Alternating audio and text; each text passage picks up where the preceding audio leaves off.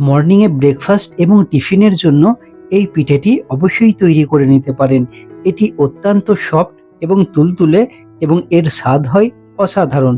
তাহলে চলুন বন্ধুরা, কিভাবে এই পিঠেটি তৈরি করবেন দেখে নেওয়া যাক।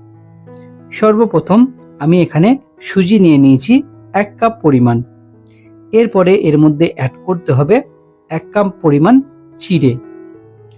আরও এর মধ্যে অ্যাড করতে হবে টক দই কিছুটা পরিমাণ। এই 3টে ইনগ্রেডিয়েন্টস দেওয়া হয়ে গেলে এরপর এর মধ্যে কিছুটা পরিমাণ চিনি মিষ্টির জন্য এবং স্বাদ অনুসার লবণ অ্যাড করে নিয়ে এরপরে মিক্সির মাধ্যমে একটি পেস্ট বানিয়ে নিতে হবে। অবশ্যই একটু পরিমাণ জল অ্যাড করে নেবেন। তাহলে আমাদের এখানে পেস্ট রেডি হয়ে গেছে। পেস্টটি একটি সেপারেট পাত্রের মধ্যে ঢেলে নিতে হবে।